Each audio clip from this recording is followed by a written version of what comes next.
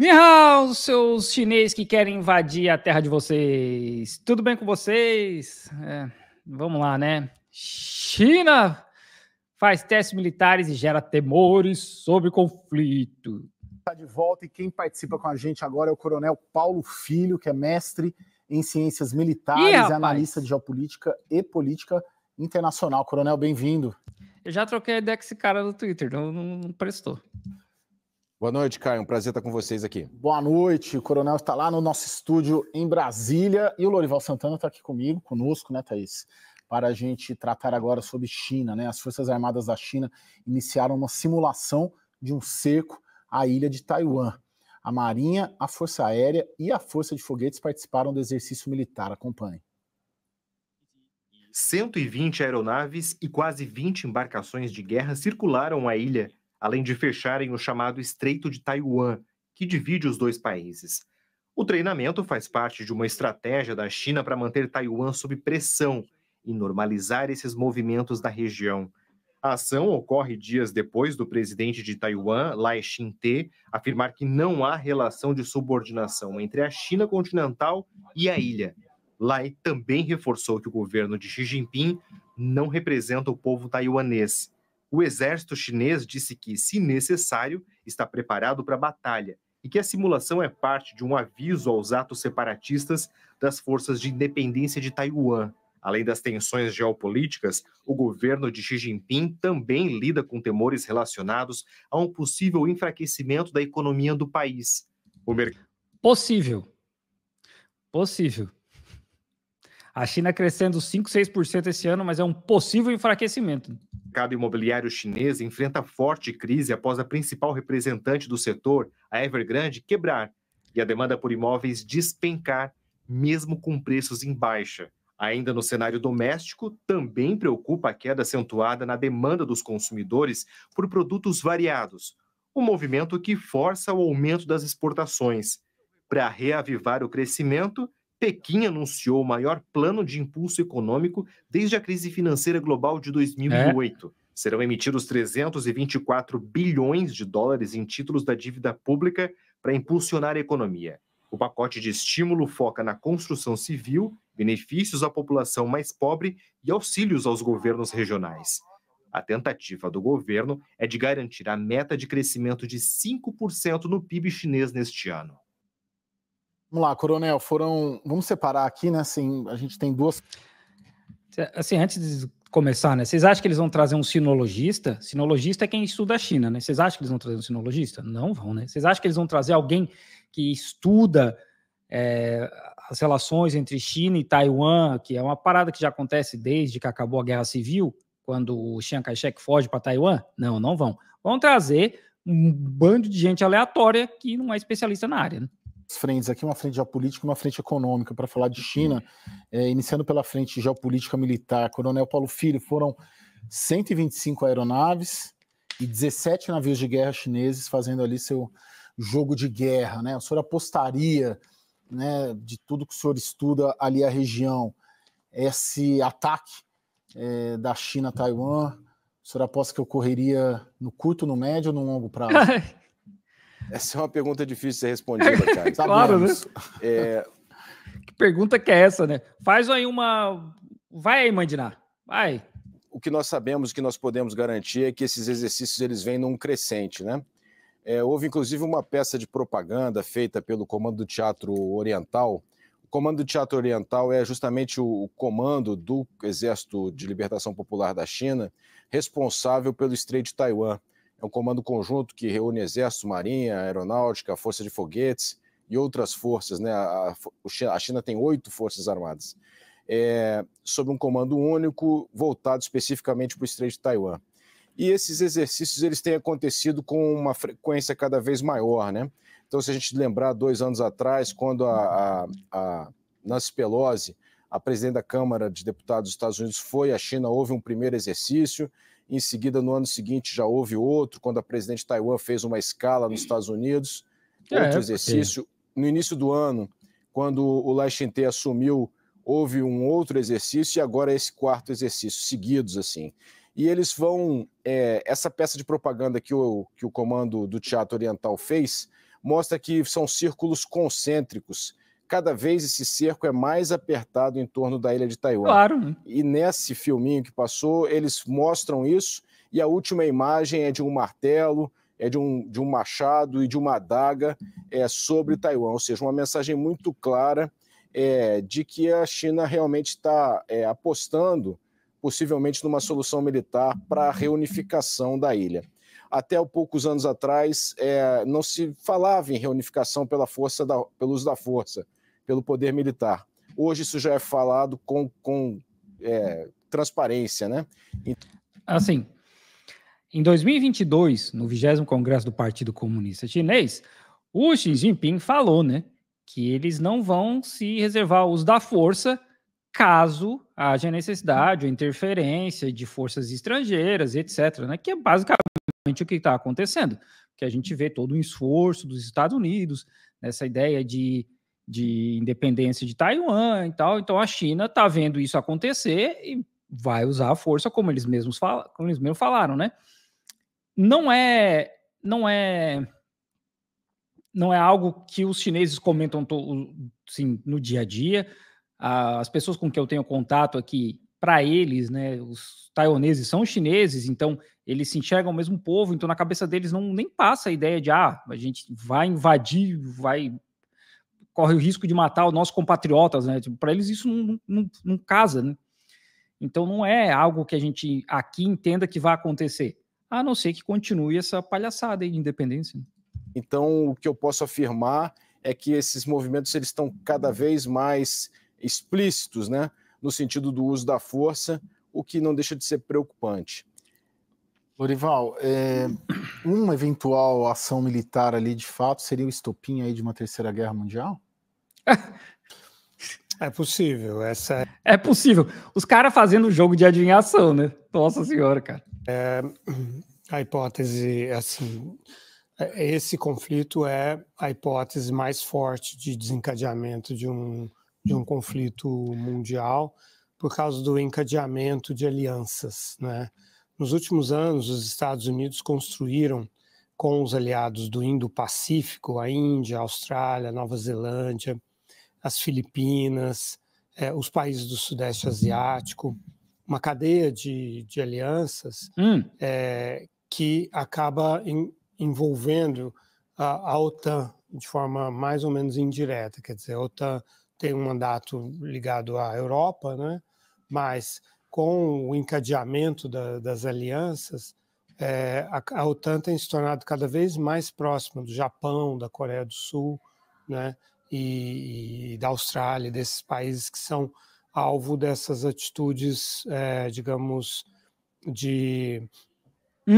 da China, né? De contestação da liderança americana, É um gerador de lero-lero, né?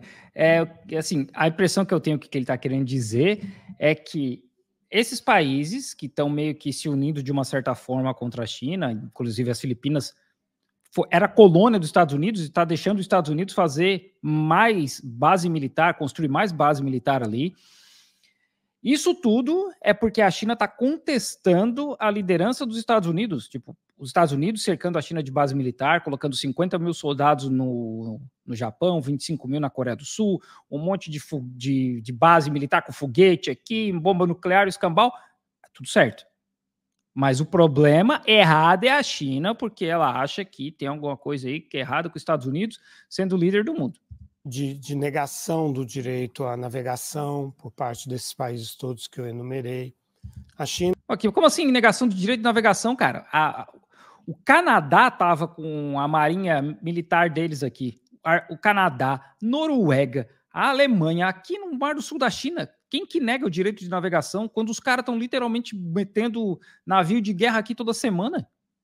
No dia a dia, ela executa manobras com navios que acabam colocando em perigo navios civis a China que navegam por ali. Ela fica contestando esse direito e impondo a sua vontade. Com relação a Taiwan, por exemplo, ela rouba a areia de Taiwan. Vai lá, rouba, tira, leva para o continente e fica tudo por isso mesmo. Quer dizer, ela age como um bully, né? Nossa, esse cara falou não faz nem sentido, porque a China exporta areia para Taiwan. a China é o maior exportador de areia para fazer silício para os chips, né? O cara falou, não faz nem sentido. E muito obrigado, Gabriel Messina, muito obrigado pelo dízimo. Vai pagar a minha sessão de terapia. Nossa, cara, isso que o cara falou não faz sentido, cara, desse negócio da areia. Não, de verdade, assim. Esses meninos brigões na escola, né, assim, mais fortões e tal, ela vai impondo e normalizando essas ações. Mas mano, que passação de pano para colonizador safado. Os Estados Unidos, sim, volta e meia, e antes era toda semana, mas agora com o que está rolando no Oriente Médio já não é mais tanto. Invadir o espaço aéreo da China. Ou com aviões vindo pelo Mar Amarelo, ou com aviões vindo pelo Mar do Sul da China, ou invadindo águas chinesas, sempre com a Marinha Militar aqui em volta, sempre fazendo exercícios de águas internacionais e pipipi, popopó. A China não faz isso. A China não vai lá na Califórnia, no Golfo do México, em Havaí, sei lá, qualquer lugar. A China não faz isso. Não faz. Mas, de alguma forma, a China é errada da história.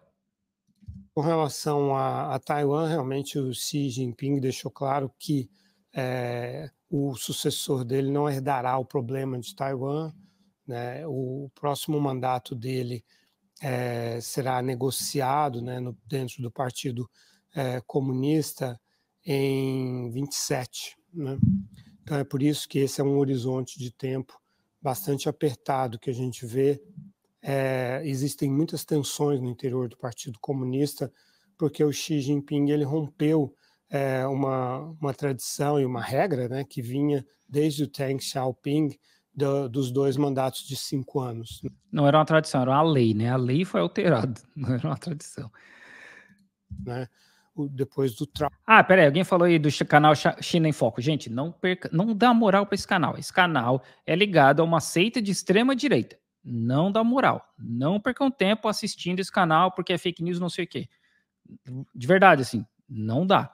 Trauma do Mao Tse Tung, que se perpetuou no poder, causou a Revolução Cultural, o grande salto para adiante, que eram o caos que o Mao Tse Tung provocava deliberadamente tal, e até agora, nada de análise sobre o potencial conflito entre China e Taiwan de uma perspectiva econômica, né? O cara está falando agora do grande salto adiante. Sofreu ali um ataque, um problema grave de saúde, e só uma pessoa entendia o que ele falava e traduzia para o mundo, para a China, as decisões dele. Cara, foi muito traumático o governo do Mao Tse Tung, e por isso o Teng instituiu esses limites e o Xi acabou com eles. Esse cara tá meio com sono, né? O quanto que, antes de eu passar para a Thaís falar desse programa econômico ali, do pacote de estímulo à economia chinesa, eu só queria encerrar esse assunto de Taiwan te perguntando o quanto que a preocupação da China com o Taiwan tem a questão geopolítica, claro que tem a questão geopolítica, mas ela é superior à questão econômica, tendo em vista que Taiwan fornece 90% dos semicondutores para o mundo, ou é um casamento das duas? Eu diria que são as duas coisas, Caio. Nós temos uma função geopolítica muito importante da ilha, né? O general MacArthur dizia que Taiwan era um porta-aviões eternamente ancorado, né, inafundável, em frente à China. O Japão, quando conquistou Taiwan, na Guerra Sino-Japonesa, lá no final do século XIX, usou Taiwan justamente na função de um porta-avião para projetar poder na Segunda Guerra Mundial, quando projetou as suas forças para o sul do Pacífico, né? Então, a função ali de fechar, conter a China na sua saída para o Pacífico, Taiwan é uma peça fundamental. Veja, Caio, toda saída da China para o Pacífico é contida por aliados dos Estados Unidos, como o Lorival estava falando. Ao norte, a saída é contida pela Península da Coreia, onde está a Coreia do Sul, onde tem 27 mil soldados americanos estacionados. Depois, pelas ilhas do Japão, onde também está a sede da frota americana no Pacífico. Depois Taiwan, depois as Filipinas, que são aliados norte-americanos. Então, toda essa primeira cadeia de ilhas, né, contém a saída da China para o Pacífico, mais ou menos sob controle dos Estados Unidos. E Taiwan é uma peça fundamental nessa primeira cadeia. Isso é verdade. Se Taiwan voltar a ser chinesa, ela abre uma fechadura, né, ela consegue uma saída, rompendo essa contenção.